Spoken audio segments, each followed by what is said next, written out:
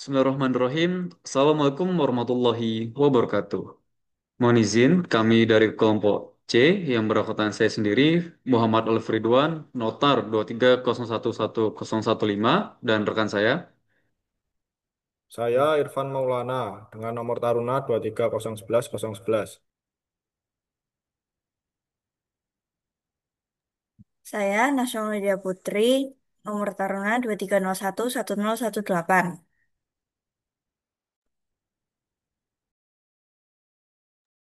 Sebelumnya, saya mengucapkan terima kasih udah nyempeti waktu buat dengar presentasi dari kami. Jadi di kesempatan ini, kami mau ngajak kalian semua buat ngulik bareng tentang gimana sih komunikasi antar kendaraan bisa bikin lalu lintas jadi lebih aman dan lebih pintar. Bahan yang kami angkat berasal dari jurnal internasional. Judulnya Vehicular Communication Utility in Road Safety Application, A Step Toward Self-Aware Intelligent Traffic System yang ditulis oleh Edward Zadobrisky dan Mihai Dimian pada tahun 2021.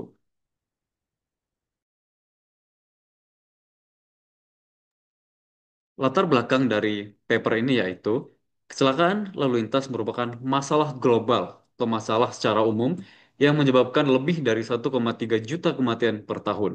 Sebagian besar disebabkan oleh human factor atau kesalahan manusia. Untuk mengurangi angka tersebut, dilakukanlah penelitian eh, dengan sistem komunikasi antar kendaraan, vehicle to vehicle, dan antar kendaraan dengan infrastruktur atau vehicle to road atau sebaliknya, road to vehicle, yang mampu mengirim pesan peringatan atau emergency message forwarding secara cepat dan andal. Paper ini membahas pengembangan protokol komunikasi gabungan antar kedua teknologi tersebut dengan melalui pengiriman pesan darurat atau emergency message forwarding dengan latensi rendah. Pendekatan ini mendukung terciptanya sistem lalu lintas cerdas atau intelligent traffic system yang mampu merespons situasi secara real time.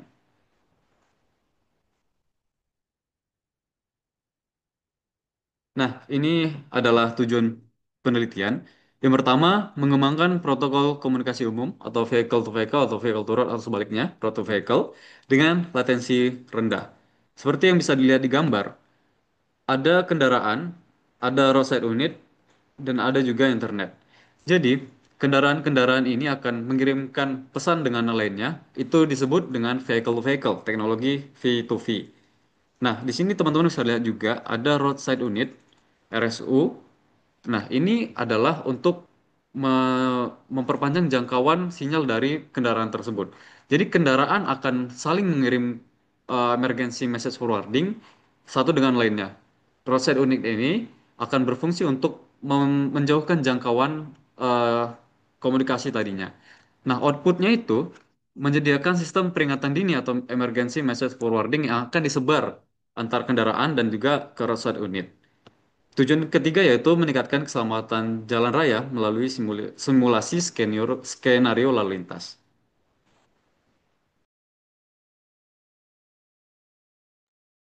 Baik, selanjutnya di sini untuk metodenya, di mana penelitian ini menggunakan pendekatan simulasi numerik berbasis skenario lalu lintas nyata, highway base, yang dibangun dengan perangkat lunak seperti analogic dan MATLAB.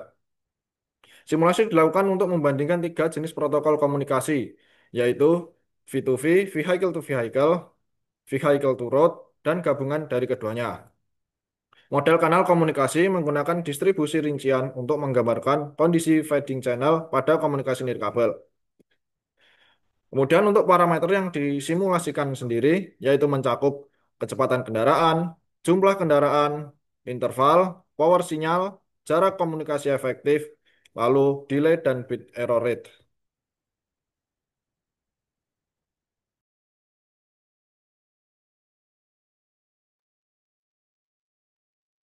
Kemudian, untuk metode yang digunakan ada logic yang berfungsi untuk membangun skenario simulasi lalu lintas dan memodelkan perilaku kendaraan atau traffic modeling. Contohnya, untuk simulasi kendaraan pada jalan tol satu atau tiga jalur, tiga lajur, kemudian memvisualisasikan pengiriman pesan V2V atau V2R secara real time.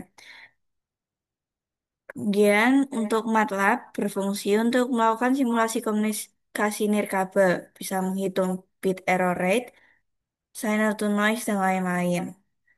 Fitur yang digunakan dari simulasi kanal dengan equation region dan Rayleigh weighting, scatterplot untuk visualisasi distribusi sinyal.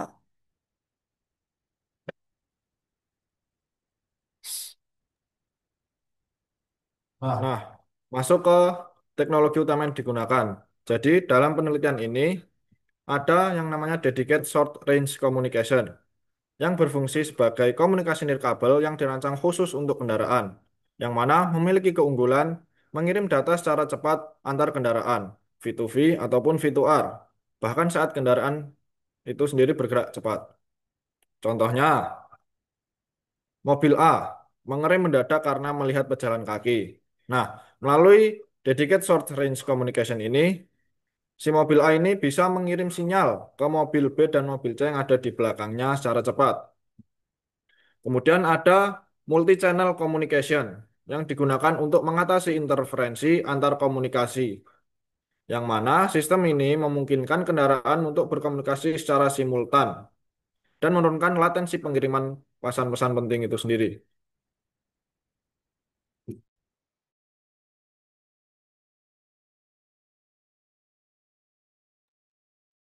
Teknologi yang selanjutnya yaitu medium access control yang berfungsi sebagai pengatur akses media komunikasi nirkabel antar kendaraan atau V2V dan antara kendaraan dengan infrastruktur. Keunggulannya multi-channel support sehingga intervensi saluran lebih rendah. Contohnya kendaraan C1 mengalami kecelakaan, kemudian mengirim pesan peringatan ke kendaraan di belakangnya atau V2V dan juga ke RSU atau V2R. Nah, roadside unit ini menyebarkan kembali pesan itu ke kendaraan di jangkauan belakangnya. Protokol MIC ini mengatur waktu dan urutan pengiriman agar tidak terjadi tabrakan data di kanal. Teknologi selanjutnya yaitu Region Channel Model yang merupakan penggabungan antara V2V dan V2R untuk mengurangi dampak gangguan sinyal dengan memanfaatkan jalur komunikasi yang beragam. Pengiriman pesan tetap cepat, kurang dari 5-9 milisecond, meski dalam kondisi kanal buruk. Protokol gabungan meningkatkan rasio pengiriman pesan dibandingkan hanya menggunakan V2V atau V2R saja.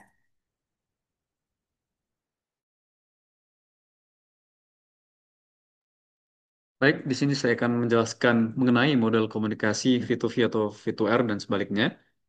Tujuan model ini yaitu untuk menggabungkan dua jenis komunikasi, V2V dan V2R atau sebaliknya, ke dalam satu protokol komunikasi gabungan yang bekerja secara simultan.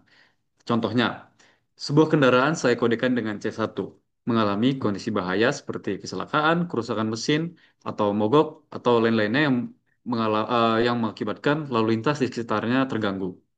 Maka, C1 atau kendaraan yang saya kodekan tadi akan mengirimkan pesan peringatan melalui dua jalur komunikasi secara simultan. Yang pertama, vehicle to vehicle, kendaraan ke kendaraan di sekitarnya. Jadi dia akan mengirimkan pesan peringatan ke kendaraan di sekitarnya dengan jangkauan yang rendah. Yang kedua yaitu V2R ke road, ke roadside unit atau RSU yang akan meneruskan ke kendaraan lain. Ini jangkauannya lebih jauh dibandingkan dengan vehicle to vehicle. Pesan ini isinya yaitu event ID, identitas kejadian, kemudian identitas kendaraan, lokasi kejadian, dan juga data pengirim.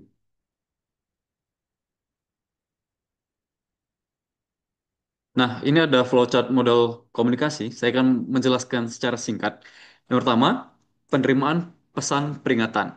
Yang pertama, kendaraan menerima pesan peringatan yang berisi informasi ID, sumber event ID, lokasi GPS, dan detail lainnya yang sudah saya jelaskan di slide sebelumnya. Kemudian, informasi akan diverifikasi. Apakah ia telah menerima event ID yang sama sebelumnya? Nah, ini ada dua kemungkinan. Yang pertama, jika kendaraan berada di depan sumber pesan, maka aksinya akan diabaikan karena kendaraan di depan sumber tidak terpengaruh oleh peristiwa di belakangnya. Tentu, karena jika kendaraan sudah berada di depan lokasi kejadian, tentunya dia tidak akan terganggu oleh lalu lintas yang disebabkan oleh kendaraan yang mengalami mogok atau lain-lainnya tadi. Nah, kemungkinan kedua yaitu jika kendaraan berada di belakang sumber pesan dan sudah menerima event ID, tanda kutip sudah, maka aksinya akan diabaikan karena sudah memperoleh informasi yang sama sehingga tidak perlu tindakan lebih lanjut. Jadi tidak mengalami spamming ya. Kemudian jika kendaraan berada di belakang sumber pesan dan ini belum, jadi prosedur pencegahan akan dijalankan seperti mengurangi kecepatan atau berhenti, kemudian mengirim ulang pesan peringatan ke kendaraan di belakangnya, dan menunggu konfirmasi dari kendaraan yang juga menerima pesan tersebut. Nah, jika konfirmasi diterima dari belakang, maka pengiriman ulang akan dihentikan untuk mengurangi overhead komunikasi atau spamming. Nah, jika konfirmasi belum diterima, maka pesan akan dikirim secara berulang hingga konfirmasi diterima. Kesimpulannya, tujuan utama dari floor chart ini adalah untuk menghindari tabrakan dengan menyebarkan informasi secara cepat dan efisien, kemudian mengurangi duplikasi pesan agar tidak terjadi broadcast storm atau spamming, dan juga memastikan kendaraan yang belum mengetahui bahaya mendapatkan informasi tepat waktu. Sedikit informasi untuk jarak jangkauan V2V atau vehicle to vehicle hanya sedikit ya, hanya sekitar 150 meter, sedangkan vehicle to road yang disambungkan dengan roadside unit itu akan menjangkau sekitar 1.300 hingga 1.500 meter. Itu 1,3 hingga 1,5 kilometer.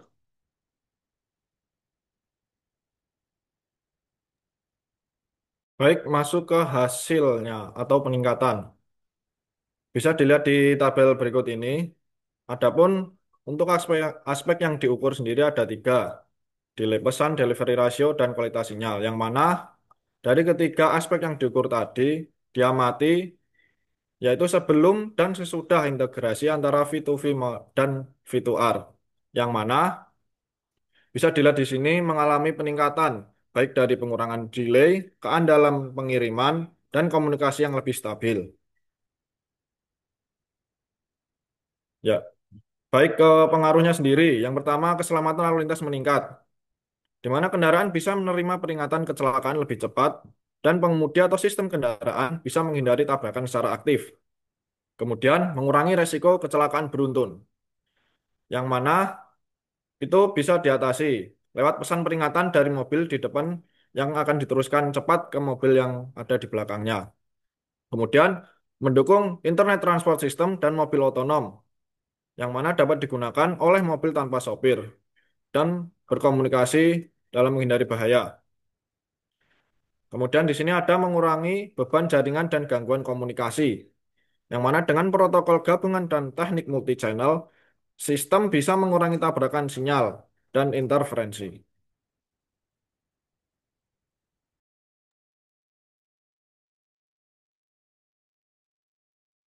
Kelebihannya, yang pertama menggunakan standar teknologi dunia. Junior Jurnal ini menggunakan pendekatan teknik komunikasi digital yang kuat dan terstandarisasi. Kemudian, hasil signifikan dan terukur. Delay pesan yang kurang dari 5-9 milisecond, bahkan dalam lalu lintas padat, rasio keberhasilan pengiriman pesan meningkat dibanding metode V2V atau V2R saja. Inovasinya yaitu mengusulkan protokol komunikasi gabungan V2V atau V2R yang terbukti lebih efektif dibanding protokol tunggal dan relevan dan aktual untuk ITS atau Intelligent Transport Systems.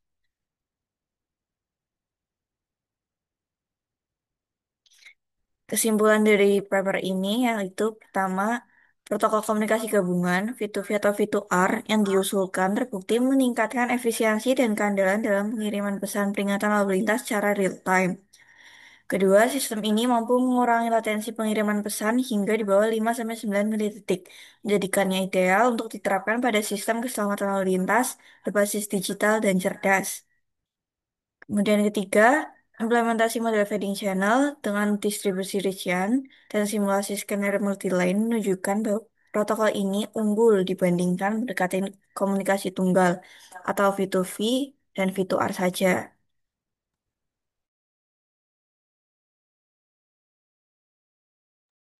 Baik, di sini ada inovasi. Yang pertama yaitu integrasi keamanan cyber dalam sistem komunikasi antar kendaraan. Tentunya jika kita berbicara mengenai teknologi, maka keamanan sistem komunikasi menjadi hal yang sangat penting. Karena sangat akan mudah untuk menghacking suatu sistem.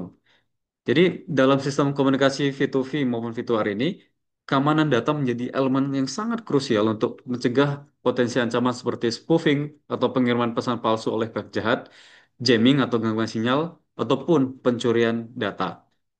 Jadi solusinya itu menambahkan protokol enkripsi, autentikasi digital, dan sistem deteksi intrusi atau intrusion detection system. Hal ini akan menjadikan teknologi ini lebih tahan terhadap serangan cyber sekaligus meningkatkan kepercayaan user dan kelayakan implementasi di jaringan lalu lintas cerdas. Yang kedua, yaitu potensi kolaborasi dan integrasi dengan teknologi komunikasi dan sensor modern.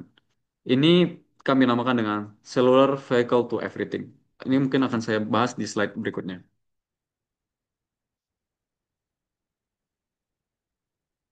Nah, V2X atau Vehicle to Everything based on Internet.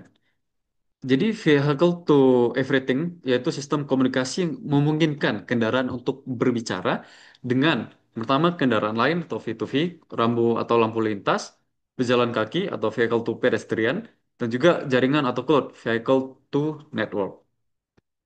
Bagaimana cara kerjanya?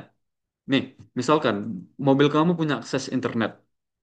Mobil kamu bisa mengirim dan menerima data lewat jaringan. Kemudian informasi itu dikirim ke server pusat atau cloud, kemudian bisa ke mobil lain, dan juga sistem lalu lintas, misalnya traffic light. Semua itu terjadi secara real time dan otomatis. Ini saya berikan contoh sederhana.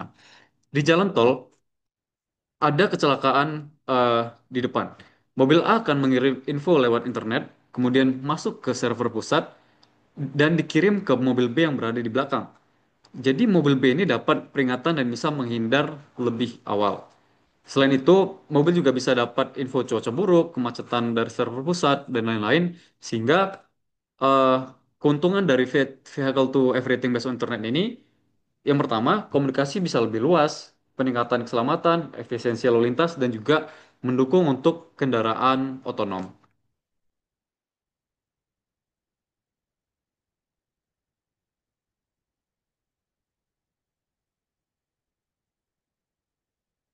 Kesimpulannya, yang pertama, tujuan utamanya adalah menggabungkan protokol komunikasi V2V atau V2R dengan latensi rendah yang mampu mengirim pesan darurat secara cepat dan andal dalam situasi nyata di jalan raya. Kemudian yang kedua, penggunaan teknologi standar seperti DRC, DSRC, dan MAC mendukung komunikasi simultan dan efisien antar kendaraan dan infrastruktur. Dan juga yang terakhir yaitu pentingnya integrasi keamanan cyber serta potensi pengembangan ke teknologi Vehicle to Everything Based on Internet atau V2X berbasis jaringan seluler atau 4G, 5G untuk mendukung sistem transportasi otonom yang lebih aman dan prediktif di masa depan. Nah, demikian yang dapat kami sampaikan dalam presentasi kali ini. Kita telah melihat bagaimana teknologi komunikasi antar kendaraan seperti V2V dan V2R bukan hanya sebuah konsep, tapi solusi nyata yang bisa menyelamatkan nyawa dan membentuk masa depan transportasi yang lebih cerdas dan aman. Harapannya, sebagai calon ahli transportasi, kita tidak hanya memahami teknologinya, tetapi juga siap mewujudkannya di lapangan, khususnya di sistem transportasi di Indonesia yang masih banyak banget tantangannya. Terima kasih atas perhatiannya. Jika ada pertanyaan, kritik, ataupun diskusi yang ingin disampaikan, kami sangat terbuka. Sekian dari kami. Wassalamualaikum warahmatullahi wabarakatuh.